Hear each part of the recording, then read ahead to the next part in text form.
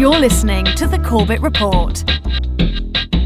corbettreport.com. Welcome, friends. Welcome to another edition of the Corbett Report podcast.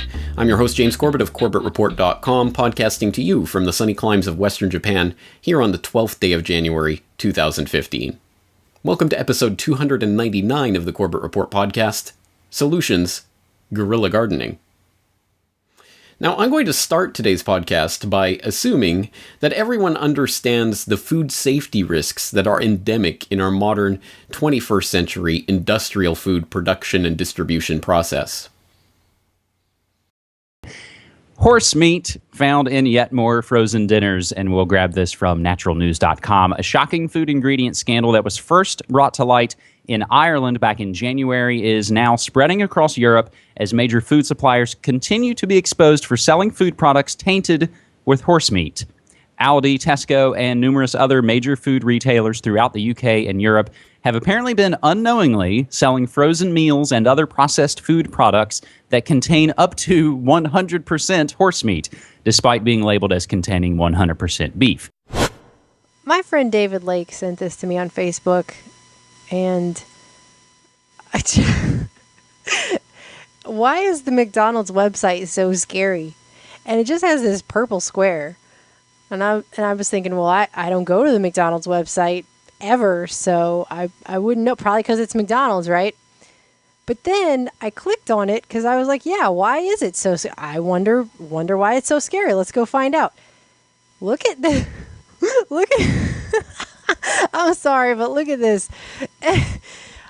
Our food, your questions. This is the homepage of the English version of the McDonald's website. So this is what people in America are going to see when they go to McDonald's. First and foremost, this is mcdonalds.com. Our food, your questions. Look at these questions, which are eerily floating around in this purple ether, like some kind of JavaScript they put on here, a little ghost just floating around. The first thing I saw, because I guess, I don't know, it was just the first thing my eye was drawn to. Are there worms in your beef? Ew. God. Last week, Shanghai state-owned Dragon TV investigated a Shanghai-based food processor that works with Yum Brands Inc., the supplier for such hot cuisines as KFC, Pizza Hut, and McDonald's. They took footage of workers using meat that fell on the floor, as well as mixing several months-old expired meat with fresh meat before giving it to Yum's local division, Yum's #1 business unit. The same report said that staff at the faculty allegedly kept 2 record books. One was doctored for the benefit of any inspectors that dropped by. The supplier, Shanghai Husi Food, is a unit of the OSI Group, an American food producer. 80% of prepackaged foods in America are banned in other countries.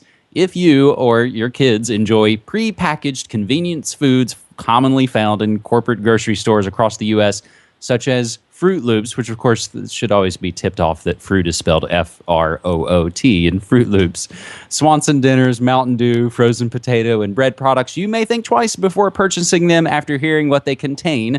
Dangerous chemicals that other countries around the globe have deemed toxic to the point that they are illegal, and companies are fined hundreds of thousands of dollars for including them in food products. And the latest food scandal to disturb Chinese consumers concerns cattle found living in and eating from a garbage landfill. Gerald Zernstein grinds his own hamburger these days. Why? Because this former USDA scientist, now whistleblower, knows that 70% of the ground beef we buy at the supermarket contains something he calls pink slime. Beef trimmings that were once used only in dog food and cooking oil, now sprayed with ammonia to make them safe to eat, and then added to most ground beef as a cheaper filler. But the food safety issues are only the most glaring aspects of the problem with our modern industrial food production process. Far fewer of us are aware of some of the inherent structural instabilities of the system as it exists. like the geopolitical ramifications of multinational corporations acting to ensure their interests in politically volatile sections of the globe. Well, why does Chiquita Banana have anything to say about whether or not Congress passes a bill in support of the 9/11 victims? What does Chiquita Banana have at stake here, and why are they opposing it? Why are they spending almost $750 million lobbying Congress to oppose the 9/11 victims bill? That's a big question. Chiquita Banana, well, the largest banana company in the world, but I mean, we're talking about bananas here, right? The Justice Against Sponsors of Terrorism Act, the JASTA bill, which would allow for families of terrorism victims to sue for civil liabilities against those found to have supported terrorist organizations. And this is basically so that the victims of 9/11 can sue Saudi Arabia and companies within Saudi Arabia who have given material support to Al-Qaeda. That's what this is about for the 9/11 victims. But it also includes in the bill any organization on the United States list of terrorist organizations, which includes a militia organization in Colombia, which is on that list that Chiquita Banana has given lots of payments to, essentially for protection. And so outraged supporters of this bill, they are pointing out Bob Goodlatte, the representative who is on the Judicial Committee, who is the one standing in the way of this bill moving forward. Why would a congressman stand in the way of a bill supporting the 9/11 victims in favor of Chiquita Banana, who wants to stop it? So the victims are saying this: the path to justice for me and the other 9/11 family members and survivors is being blocked by a banana company.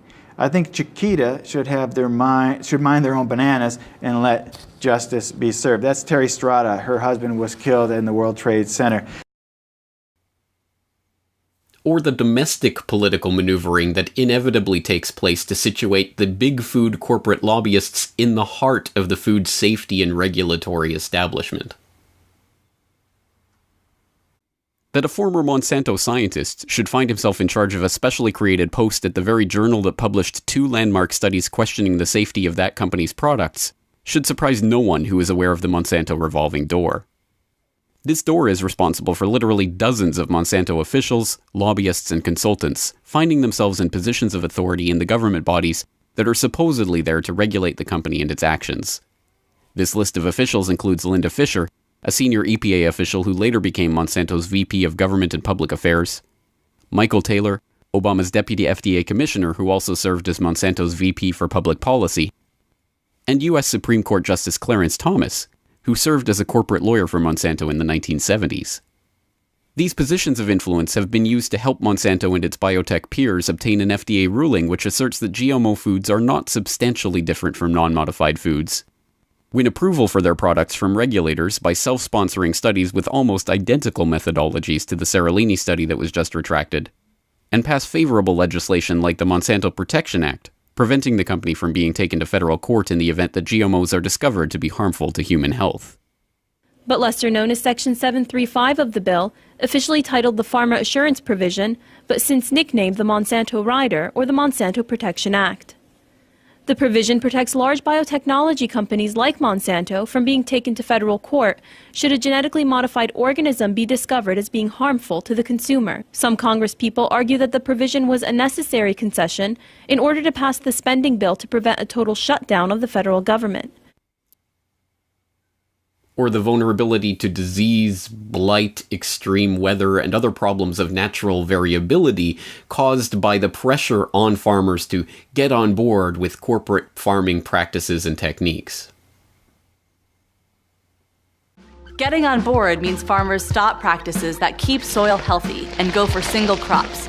Livestock that used to be raised on the farm get crammed into polluting factories. To keep this unnatural system going, these farmers now buy expensive inputs, all from ever fewer corporations demanding ever-rising prices. It's a quick addiction.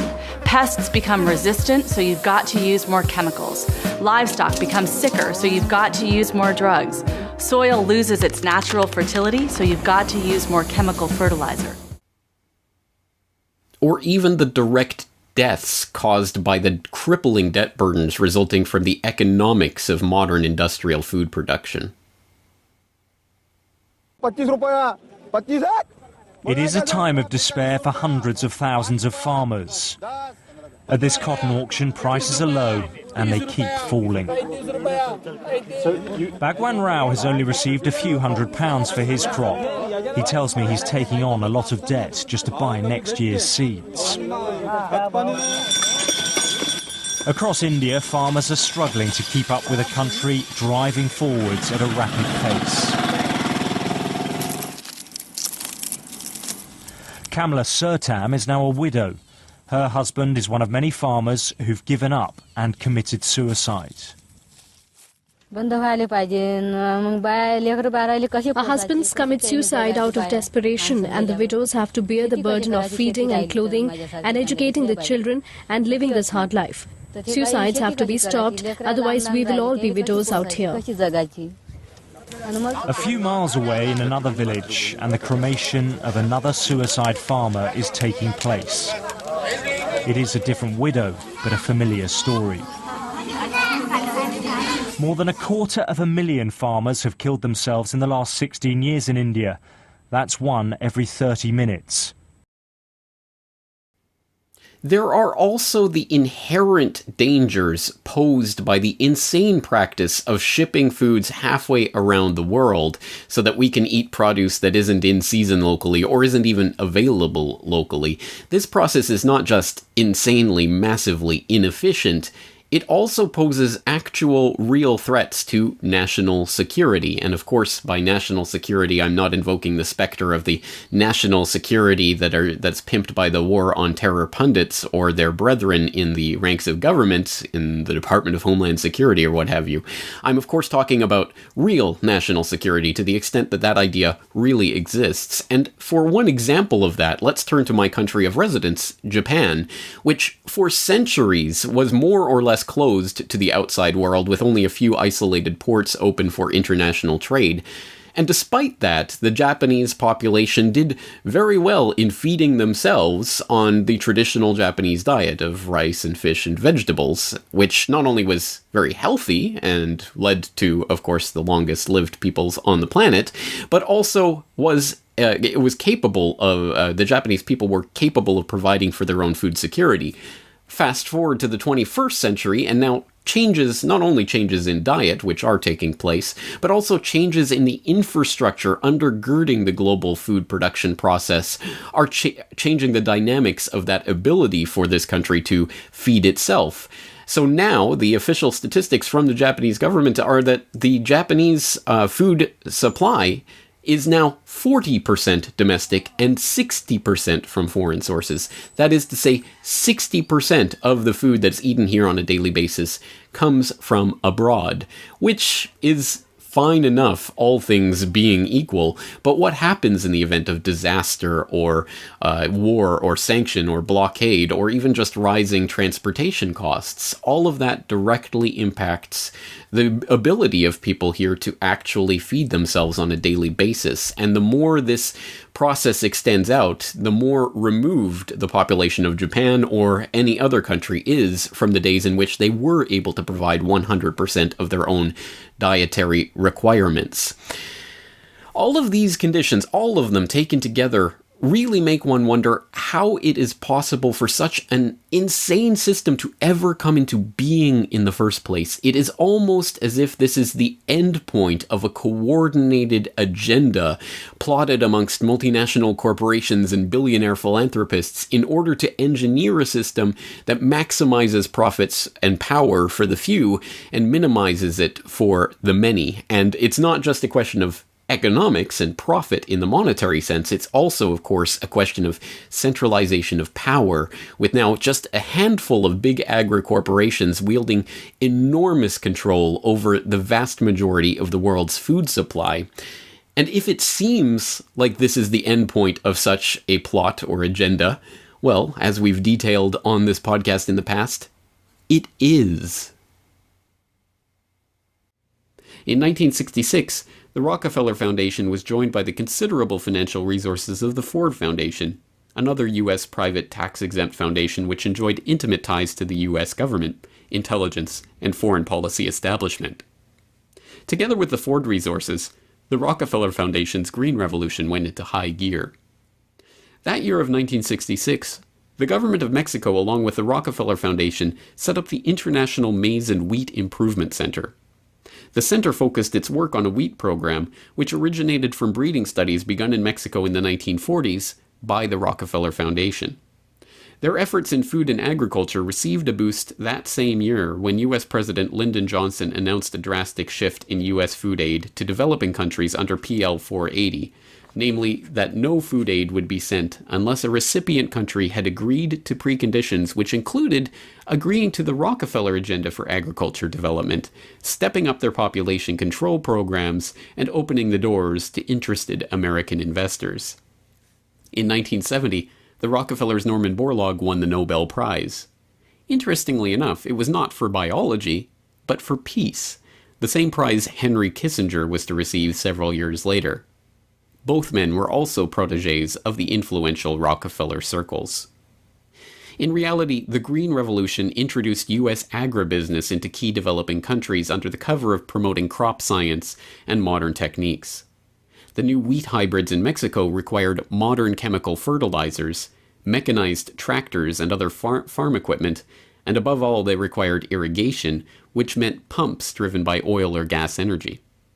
The Green Revolution methods were suitable only in the richest crop areas, and it was deliberately aimed at the richest farmers, reinforcing the old semi-feudal latifundist divisions between wealthy landowners and poor peasant farmers. In Mexico, the new wheat hybrids were all planted in the rich, newly irrigated farm areas of the Northeast.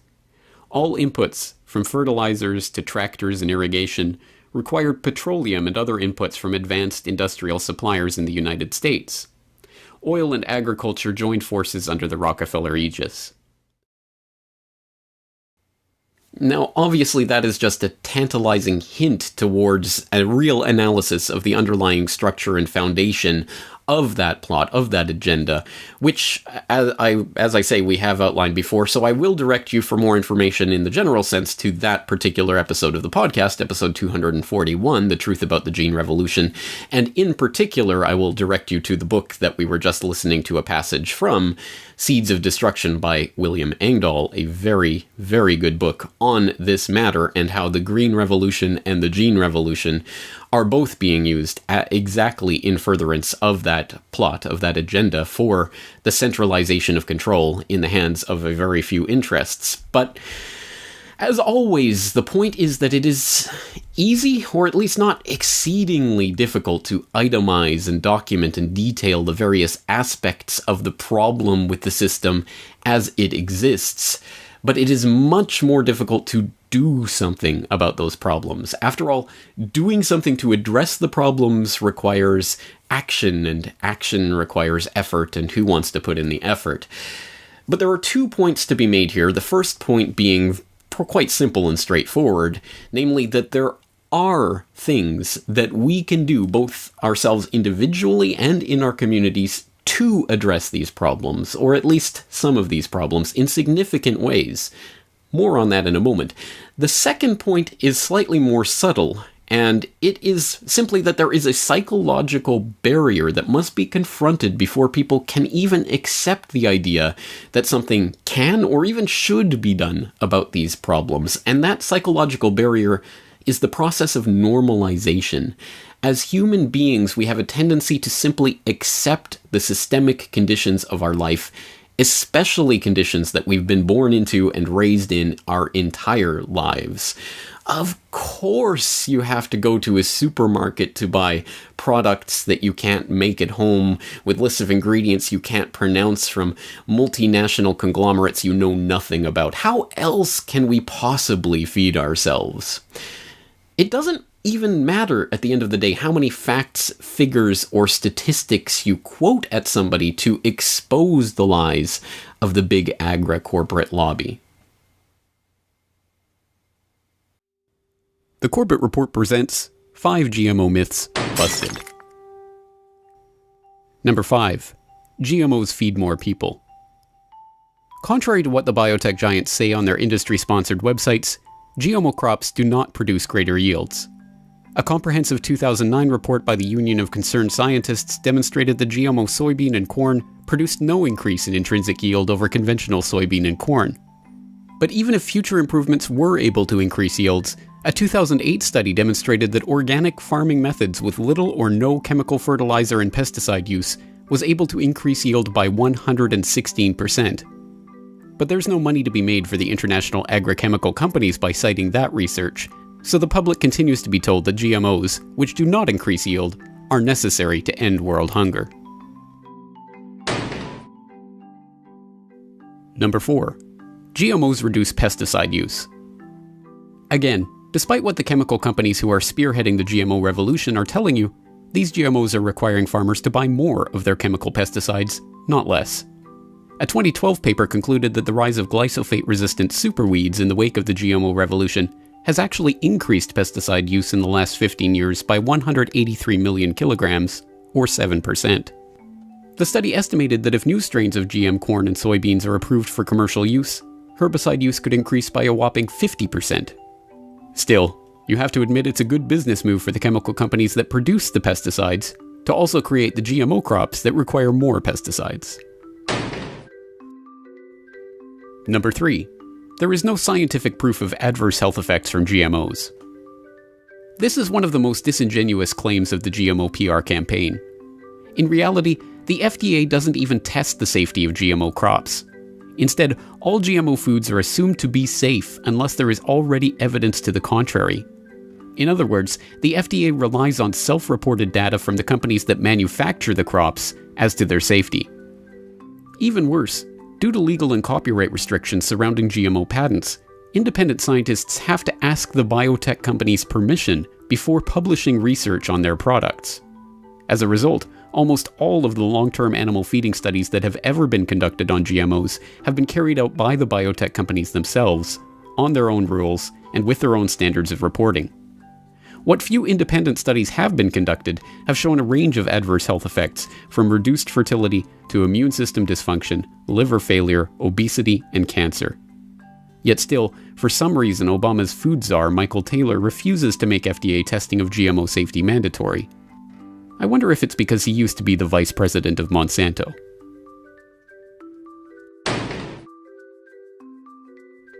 Number 2.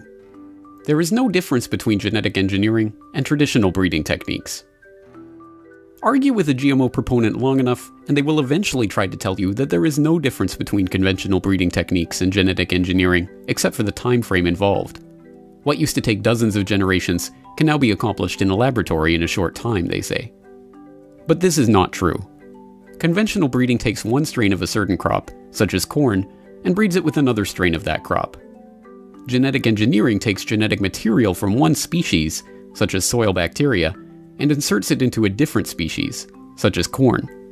This can be done by a variety of techniques, such as the use of gene guns to fire the genetic material into the cell of the target organism, an inherently imprecise process that leads to random and unintended genetic combinations. To say that this is the same process as conventional plant breeding is simply a flat-out lie. Number 1. Labeling GMOs is a bad idea, for some reason. The argument for why companies should not have to label GMOs is not an argument at all. The biotech giants and their PR fronts merely say that the public is so stupid that they don't deserve to know what they're eating because it would scare them. This is the sum total of the argument. On the other hand, are people who believe it is their right to know what they are eating, every bit as much as ingredients and dietary information labeling have long been standardized. The logic is simple enough for a 14-year-old girl to understand, but evidently not a fully grown man. Observe. And just to clarify, GMOs, it's a genetically modified organism, and it's where they take the DNA from a species such as it can be like bacteria, virus, animal, or even from a plant, and they insert it into the DNA of another species to introduce a new trait. For instance, a common trait is pesticide producing. So they'll make the crops pesticide producing, but they haven't adequately tested, and Monsanto's longest study is 90 days. that really doesn't determine how long-term it's going to affect our health, the environment, and even our entire ecosystem. Yeah. You know, saying Monsanto's testing in 90 days is a little mislabeling it, because many other organizations, including it sounds like some ones you're involved in, do much more testing. So a product comes to market, many people test it, including the government. So Monsanto knows that about food. Actually, can I just, in Health Canada nor the FDA do any independent studies, and they rely only on the very studies provided by the companies that stand to gain by their approval, like Monsanto. For more news and information, please follow the RSS feeds at corbettreport.com. Subscribe to this YouTube channel, or follow us on Twitter at Corbett Report. As I say, it doesn't even necessarily matter how many facts or figures or statistics you are able to quote to back up the point that this is a problem, that these problems do exist, that they need to be addressed. People will still tend to go along with the status quo until they are snapped out of their conditioning. We need to denormalize the industrial food production process. We need to understand it is an insane system. It is not natural. It is not the way that humans have lived their lives for almost the entirety of human history. And in effect, we are engaged in a giant, uncontrolled experiment, a real-world experiment, with the most basic building blocks of our life and our health. And this experiment is one that we are not even necessarily conscious is taking place, let alone voluntary participants in. So perhaps the best way to denormalize this insanity is with simple, plain-spoken truth. The types of truths dealt by people like Joel Salatin, a third-generation American farmer who lectures and advocates for natural processes and techniques that supplement the already existing natural systems involved in the agricultural process, rather than the chemical biotechnology and other types of manipulation of the anti-natural processes represented in the big agri corporate farming process structure. So I will at this point direct you to a lecture that we're going to listen to a clip of that Joel Salatin delivered, entitled simply, "Folks, this ain't normal." We have abandoned historically normal eating. I'm a big believer that if it wasn't available before 1900, you probably shouldn't eat it. You know, if it wasn't available for grandma, it probably isn't worth eating. You know, and we can all be very thankful that hot dogs were introduced at the 1890 World's Fair. I mean, just slipped in right there under the wire, right? I mean, for the first time in human history, the average American eats many times a day food that has ingredients that you can't pronounce. We've never tried that before. Or food that you can't make in your kitchen. You ever try making high fructose corn syrup? Or monosodium glutamate? Or, you know, stearate, hypoxylate, you know, whatever, you know? I mean, you can't make that in your kitchen. We're a guinea pig culture. And the thing that I'm trying to express is that we have short attention spans, short memory spans. I mean, do you know that just as recently as like 30 years ago, when we started selling these pastured chickens, you couldn't go to a supermarket and buy a boneless, skinless breast. If you had a recipe that had boneless, skinless breast, you had to go get a chicken and a knife. Imagine that, a knife and a cut, and you had to dissect that bird. Imagine that. You had to separate that thing, and then you took the other pieces and you put them in for stock and all that, all right? Today, 50% of our customers don't even know a chicken has bones. I mean, they think these boneless, skinless breasts are just out here, you know. It's like we go out and pick them like cherries off a tree, you know. And we've got to explain to people, ma'am, do you understand that chicken nuggets in the shape of Dino's the dinosaur is not a muscle group on a chicken? You know, we don't have domestic larders anymore. You know, the food is all in some warehouse. The average American goes to the supermarket 6 times a week. Imagine just in 1946 is the first supermarket that came. Imagine in 1945 you couldn't go to a supermarket. And there are people alive today that can remember that. Scarcely a generation removed.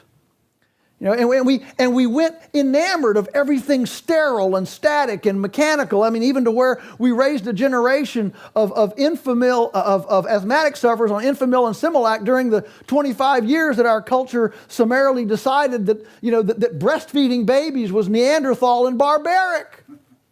I've often thought, you know, the greatest resource lost in our whole culture was that time when all those breasts didn't get used. I mean, it was a terrible, terrible resource loss. You know, who would have thought in the late 1950s and early 60s that by 1970s we'd have La Leche League and Lamaze and a new generation of dads-to-be that wanted to go in and see it and not pace like Dick Van Dyke, you know, outside the waiting room.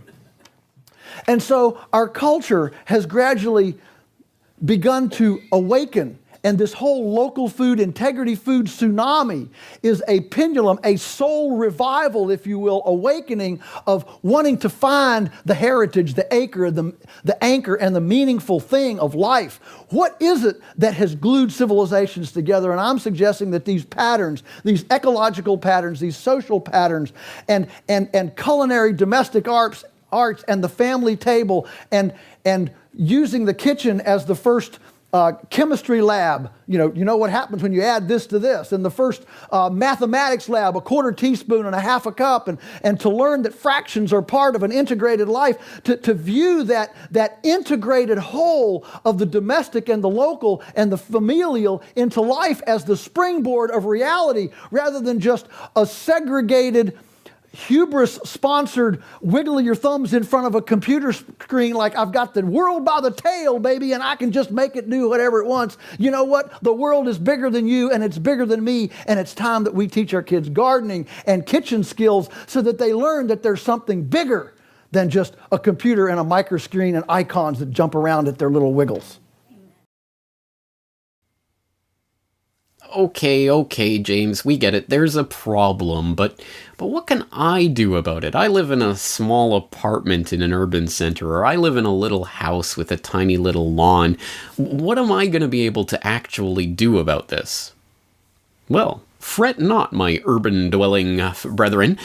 Your limitations are really only excuses in your own mind for not beginning the steps towards food independence, and they may be baby steps at first, but there is no reason why we cannot have abundance, even within our urban confines, a point I detailed in an eye-opener report not so long ago. For a generation that has been raised on processed foods and microwave dinners, it may be hard to imagine that any alternative to these products are available. For those who are interested in sourcing healthy alternatives to the chemical concoctions that pass for food these days, there are, as always, a host of excuses for why they can't buck the status quo and say no to the food conglomerates that control so much of our modern food supply. It's too expensive to buy fresh organic foods. It's too time-consuming to prepare foods from scratch.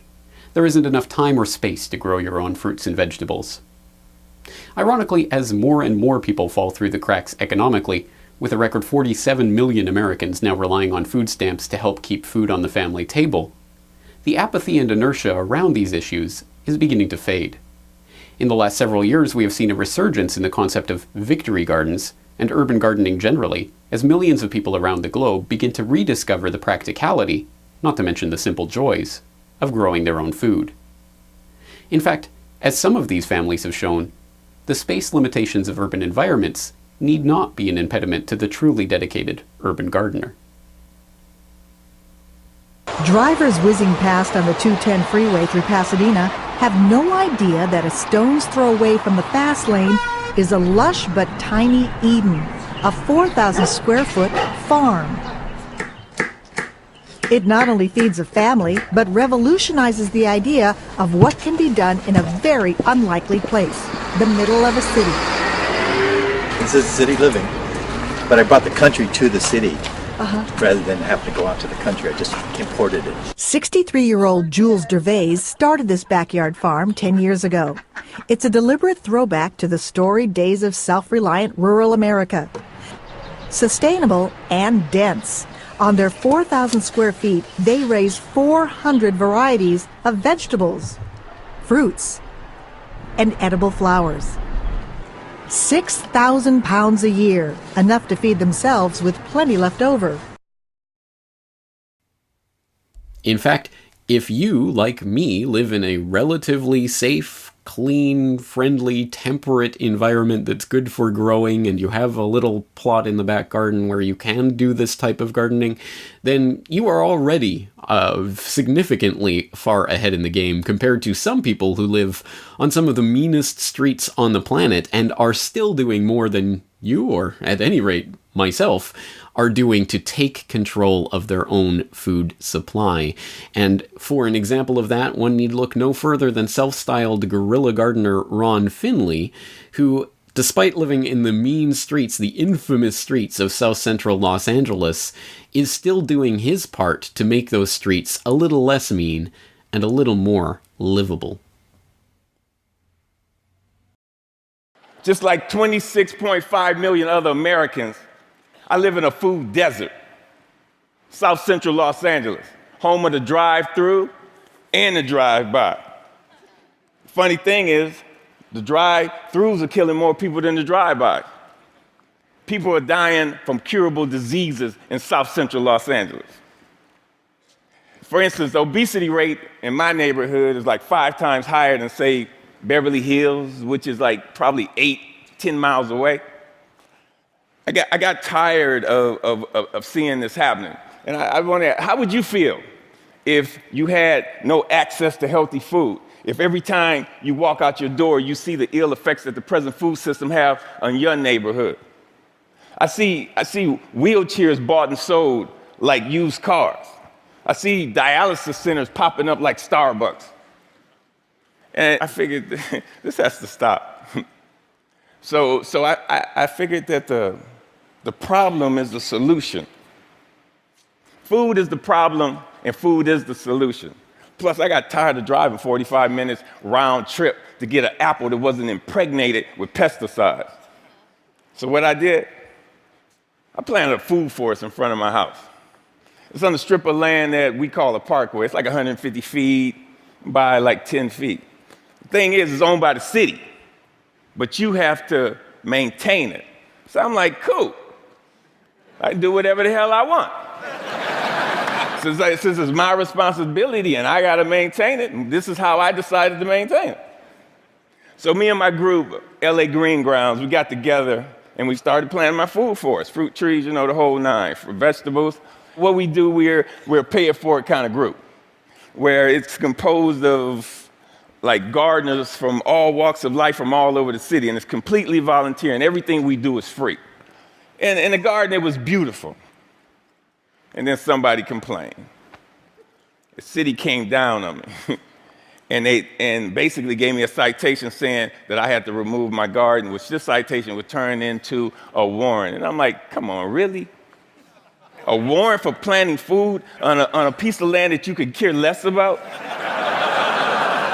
And I was like, cool, bring it.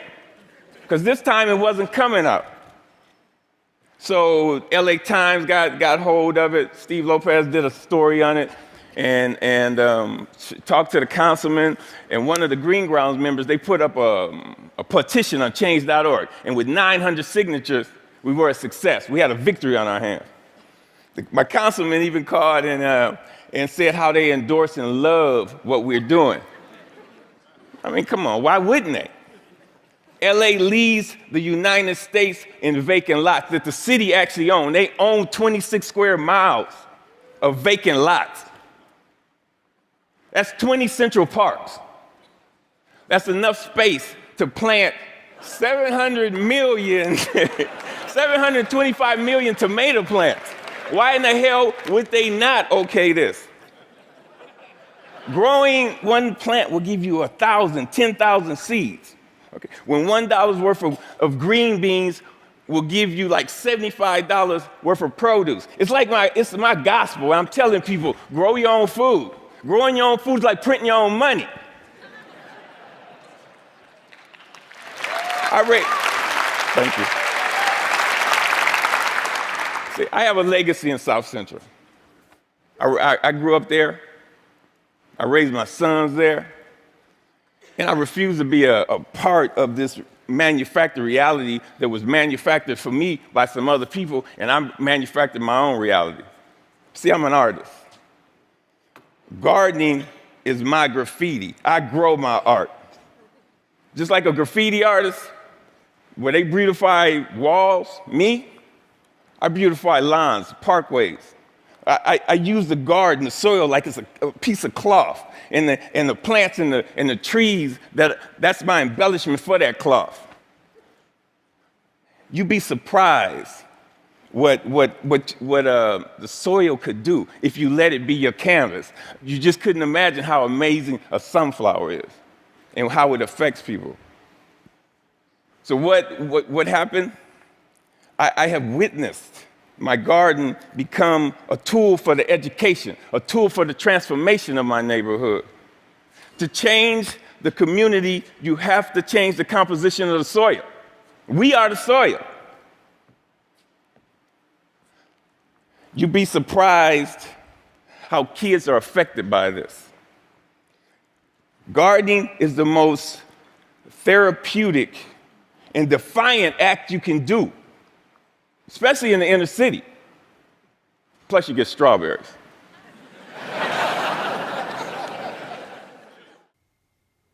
If that isn't enough to convince you that this can be done anywhere, then I'm not sure what can convince you of that fact.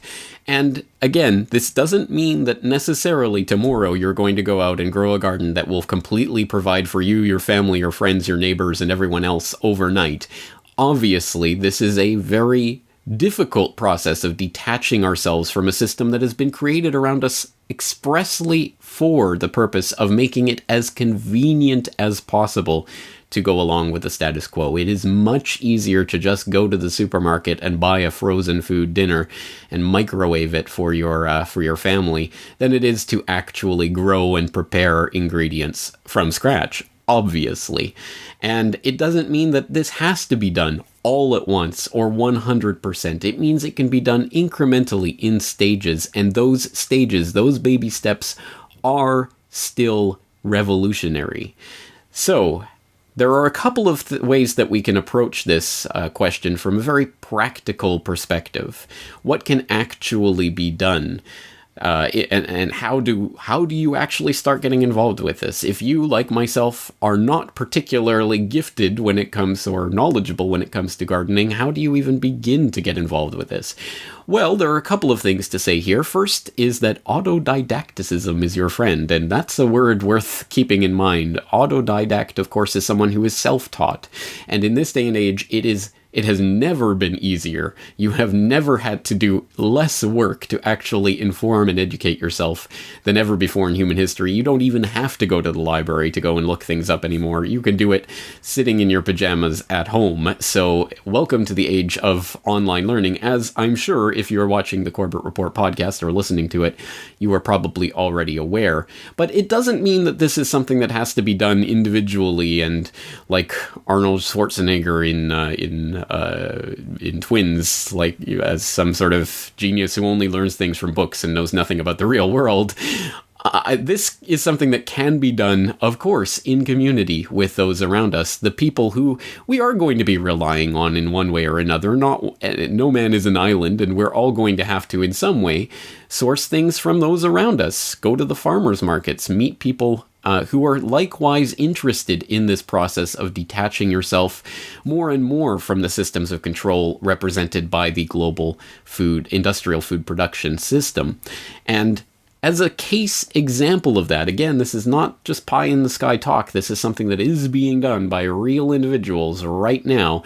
As a case in point, we're going to highlight something that we highlighted on the most recent edition of New World Next Week with James Evan Pilato. We talked about Brock West of apperspective.net and his community garden journal that he is keeping on that blog right now as part of his commitment to this process of finding solutions rather than simply focusing on problems.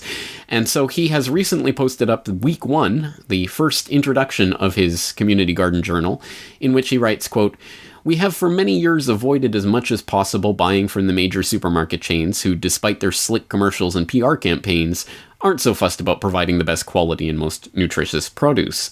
I've long been inspired by DIY gardeners and organic farmers who genuinely care about what they grow and whose aim it is to provide the healthiest, nutritious produce possible for their customers and community. It's with this in mind that I finally decided late last year to volunteer at my local community garden.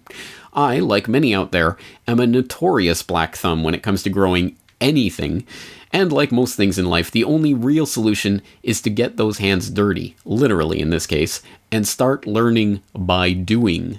I have already learnt so much from our community garden guru, Marina, pictured below, and there are still barrel loads more still to discover."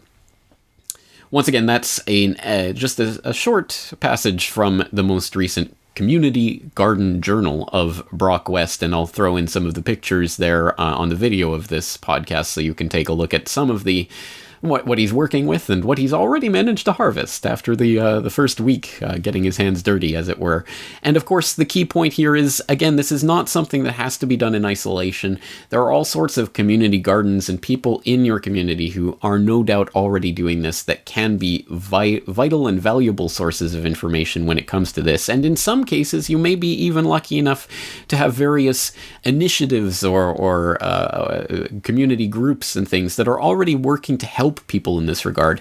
One that I highlighted in the Corbett Report member newsletter back in August of this year is based in Austin, Texas, and it is called the Food is Free Project, which is a community project, a nonprofit community building and gardening movement, which helps communities organize free community gardens using salvaged resources and offering free harvests to the community. And the project makes use of something called drought-tolerant wicking bed gardens, which are low-maintenance gardens that only require watering once every 2 to 4 weeks. So extremely low maintenance for people who are busy and do live difficult and trying lives. And I understand people work hard, long days and don't necessarily want to come home and bust their hump in the garden doing all of this work as well. To make it as easy as possible, there are groups like the Food is Free Project that are demonstrating how to build a raised wicking bed and making it really as easy as possible for people to get that foot in the door. And for those who aren't lucky enough to be situated in a community with something like the Food is Free Project, they also, of course, make some of these materials available online for people to learn from and attempt themselves. More information about the Food is Free Project and the raised wicking beds can be found at the Food is Free Project website, which I'll link up in the show notes so that you can go and take a look at that. But the point of today's podcast is not to introduce specific techniques or ideas or processes, which, as I say, are widely available online and which you can explore at your own leisure. And I would also feel somewhat hypocritical lecturing people about how to go about doing this without really doing it myself. We do have some pots in the back where we grow some herbs and things, but really I haven't really committed myself to practicing this solution, which really is a solution. It really is one way that we can start to detach ourselves from the overall system of control, which of course depends on the fundamental building blocks of our life, our food. So in an effort to practice what I preach, to put my money where my mouth is, or however you want to phrase it, I am committing myself this year, once the Jack Frost releases his icy grip on the lands of the rising sun, to actually committing myself to getting my hands dirty, to growing something in my backyard that my family is going to eat this year.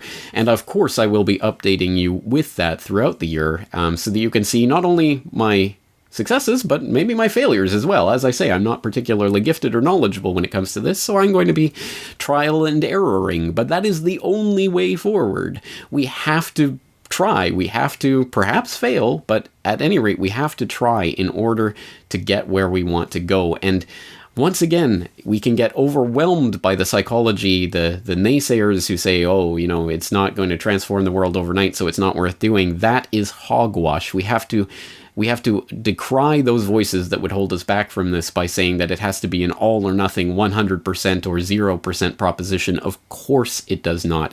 Every baby step along the way towards detaching ourselves from that global industrial food production system is a step in the right direction. And until we recognize that these seemingly inconsequential, seemingly tiny actions, planting something in your backyard, until we see these actions as the truly revolutionary actions, we will never understand what revolution really is or what it really means. So, in order to articulate this, I hope, motivational message better than I think I ever could, I'm going to leave the final words of today's podcast to Joel Salatin in that lecture, Folks, This Ain't Normal. So once again, I'll direct you to the full lecture, of course, available from the link in the show notes at corbettreport.com. That's going to do it for this week. I am, of course, your host, James Corbett of corbettreport.com. I thank you for joining me for this edition of the Corbett Report podcast, and I'm looking forward to talking to you again real soon. You've heard some stuff here tonight. Some of you are going to go over here and think about some of these things. And some of it's daunting. It scares you. It's going to take time. It's going to be a new, journey into a wild beyond that we're not familiar with. And it scares us because we have this voice in the back of our head, probably grandma, some matriarch, saying, if it's worth doing, it's worth doing. Right. Yeah. Well, okay. You know what? She's wrong. The truth is, if it's worth doing, it's worth doing poorly first. We're coming up on Thanksgiving next week. See my turkey tie? Okay. Coming up on Thanksgiving. All right. Next week, you're going to be with the whole family, right? Crazy Uncle John and the whole... Okay. All right. So you're going to be there, and there's going to be the newest little addition to the family, little Janie, maybe 7 months, right? She's crawling around on the floor, and everybody's talking, all the adults. And Janie comes up here to the chair. She gets a hold of it. She pulls herself up, and she totters. She looks around terrified, Suddenly, probably her mother sees her, and she says, look, Janie's starting to walk. Look, it's the first time she's fully, all eyes fixed on Janie, and they all go nuts. She realizes she's the center of attention. She smiles real big, and suddenly she loses her focus and her grip, and she falls plop down in her diaper. Now, what does everybody do? No, they don't. They come around and they say, well, Janie, if you can't walk any better than that, just quit. No, we get, oh, Janie, try again. Get up here and walk. But what happens is, as we become adults, we have this voice, if it's worth doing, it's worth doing right. And it's stigmatizing. It makes us timid about trying something new lest we fail. And so what I want you to do is go away tonight. I want you to think about when this seems daunting and, oh, no, I don't know if I can go to farmers market. Oh, I don't know. I'm not going to a farm. I've never been to a farm. I don't know what's going on a farm. If all this sounds intimidating, all right, look in the mirror, hike up your diaper, and say, if it's worth doing poorly first. Because that's the way innovation happens. That's the way progress happens. It is that disturbance of plopping on the diaper that incentivizes and creates the opportunity for the next innovative thing. So will you do that for me? Now may all your carrots grow long and straight. May tomato blight infect somebody else's tomatoes. May the radishes be large and not pithy. May all of your culinary experiments be delectably palatable. May the rain fall gently on your fields, the wind be always at your back, and your children rise up and call you blessed, and may we all make this a better world than we inherited. Thank you so much for letting me listen.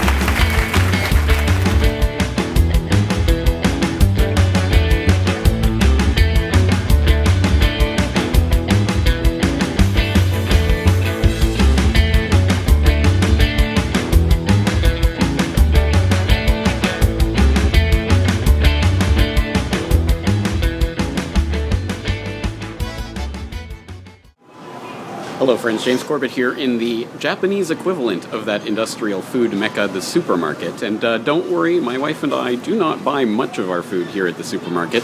We are members of a green cooperative that I've talked about before that has all organic, non-GMO foods, that does radiation testing on all their food products. So that's where we source most of our food from, but occasionally we do go here, and I brought you here today to show you something specific, namely, these apples. Why am I in the apple, the fresh produce section of the industrial food mecca?